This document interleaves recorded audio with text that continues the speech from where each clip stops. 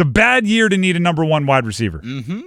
The draft, and by the way, I am a draft nerd. Do you know who I think is the best wide receiver in the NFL draft? Who's that? Travis Hunter. I don't think he's going to be playing wide receiver. That's true. Good point. And I don't think he's going to be there at number 8 for the Panthers. Likely not. Just natural ability through the roof. McMillan out of Arizona, I think, has the potential to be something really good, but I'm not sold on his ability to separate. Okay, which is really important in the NFL. If I think he's a good contested catch guy, but there's a big difference between like Mike Evans and Mike Williams. Right? Mike Evans, big dude, not the fastest in the world, but somehow he creates a distance between him and his defenders so he can make catches. And then if it so happens to be covered, he can be the contested catch guy. Mike Williams, many of you remember from the Chargers, he was on the Jets, then on the Steelers this year. He's more of just a contested catch guy, doesn't get the same separation. That's the issue with McMillan. I'm not sure he has the Mike Evans separation, and I'm not sure there's a way to prove it before the draft. He did not run at the combine, by the way. He'll run at a pro day, I assume, but those numbers, I'd much rather it be the combine. So if the draft is getting downgraded at wide receiver, right, what was my plan? All right, then draft the edge rusher and go spend a bunch of money in free agency on a wide receiver. T. Higgins got tagged. He was by far the crown jewel of the free agency class. Easily. There's Chris Godwin out of Tampa Bay, ironically, Mike Evans' teammate we just talked about, has a history with Dave Canales, but is also coming off of a pretty significant injury. And he's now by far the crown jewel of the free agency class, which means that price will be inflated. And the Panthers do not have the ability to play inflated prices as often as maybe people would like because they have so many holes. I will say while your quarterback is on a rookie contract, you have a little bit of audacity, a little bit of authority to go a little bit over, but you got so many other things to do. But also, the Panthers' cap situation isn't the best in the league either. I don't pretend to know the cap. I saw that Seattle just created $28 million today. I assume the Panthers can wiggle their nose and snap their fingers and get some, but again, I don't pretend to understand how. Old guys are available like Stephon Diggs and Keenan Allen. I have been championing the cause to bring in no more old guys to the Panthers, and I'm not going back on that now. If you have an old guy wide receiver, his name is Adam Thielen. You could go trade guys like Brandon Ayuk, DK Metcalf. Maybe if you want to spend top shelf, somebody like Garrett Wilson. But now you're talking about having to give up a bunch of either picks or young players and then pay a guy a ton. That's using up two forms of currency. When the Panthers need their picks and young players to fill a role, and they need their money under the cap to fill a role, you can't spend them both on one role.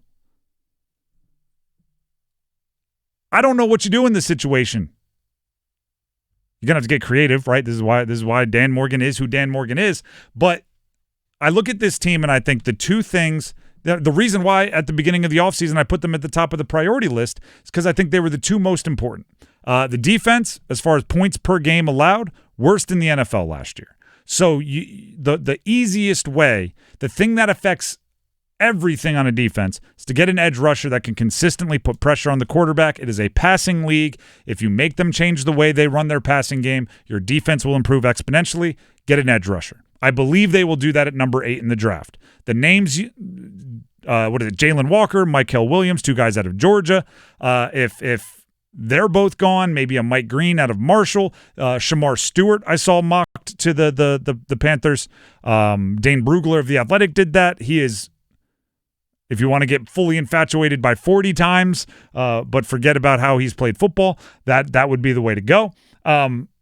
James Pierce. James Pierce, another guy that lit up the combine, Tennessee, and he's from outside Charlotte originally. I think they'll get the edge rusher. I look at this team and I think, do not forget that the most important person in your franchise is still Bryce Young. And do not pretend that a solid 7-game stretch to end the season means he is fully formed and ready and you've got it. There's still a lot of work to do with Bryce Young. And not to mention, the league now has film on him finally playing well, so they know what they have to stop. After his rookie year, I don't even know, like, what do you game plan against? Well, we need to stop him from – no, actually, we need to keep letting him throw the ball to us. So we're just going to say, thumbs up, way to go. This is the first year defensive coordinators will be scheming him.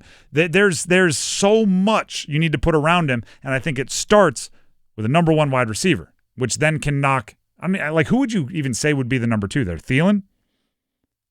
You hope Legette. Xavier Legette? You hope it's Legette. You spent a first-round draft pick on him last year. Yeah, I'm not confident in him, which is part of the reason why I think you need a number one. You got to make up for your previous mistakes. But either way, I don't know where you find a number one wide receiver. And it's similar to the conversation we have with the Canes, right? It's, you want a second-line center? Great. Do you find anyone selling those? Right? Oh, you want a goalie? Fantastic. When you find the place where goalies grow on trees, let me know. Until then, it's just not that easy. Oh, you want a number one wide receiver? Get in line. There's about 11 other teams in the NFL that would love to have one. And then add on that this is a even worse year than usual. Like, if actually, I'll bring this up real quickly. Brings it up. There we go. If you go look at wide receivers that have been drafted recently, if you had the 8th overall pick last year, you could have had your choice of Rome Odunze or Brian Thomas, 2 studs. Mm-hmm. If you go back to the next year, if you were picking 8th, you could have your pick of anybody. Zay Flowers, Jackson Smith and Jigba, Jordan Addison, all very good players. Go back the year before, if you were picking 8th, you could have had Drake London, Garrett Wilson, Chris Olave, Jamison Williams. Timing is everything, man. If the Panthers wanted a wide receiver, this is one of the worst years to have it. Year before, you could have had Devontae Smith. It is ridiculous. Year before, Jerry Jeudy, CeeDee Lamb, Justin Jefferson, Brandon Ayuk, T. Higgins. All were available at the 8th. I'm not sure you look at, you know what? Actually, Dennis, and you brought this up off air, and I wanted to bring it up earlier, but I skimmed over in my notes. I'm starting to think the perfect draft for the Panthers, like if I get to draw everything up, I get to script it. I'm a Hollywood scriptwriter. I get to do it like Kevin Costner in the movie Draft Day. Trade back maybe late teens, early 20s, and get either Tyler Warren or Colston Loveland, the tight end, Penn State, Michigan, kind of use them as a Kelsey/Andrews number one wide receiver, and still have your regular wide receiver core, and pick up more draft capital to get a very, very deep edge rusher draft, and then you can spend in free agency on edge rushers and pick up maybe a second rounder or something. If you let me script it. Now we just need to get the other 31 NFL teams together and say, hey, will you do exactly what I tell you to do? And it'll happen. They'll buy in. Why not? You want to do me a favor? It would make my job as a radio host easier if you got the Panthers as quick to contenderdom as possible. They'll be cool, right? No? But here's something you did mention. This draft is loaded with a lot of guys in the front on the defense. Mm-hmm. And where does this defense need to reload, especially the front? Like, you know what? If we're being honest, the front, the back, and the middle. Yeah, I mean, well, let's true facts.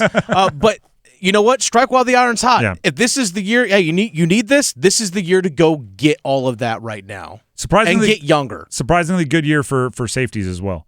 Not really the corners. Not a ton of interior defensive linemen, especially past 8. But it's a good draft for defense.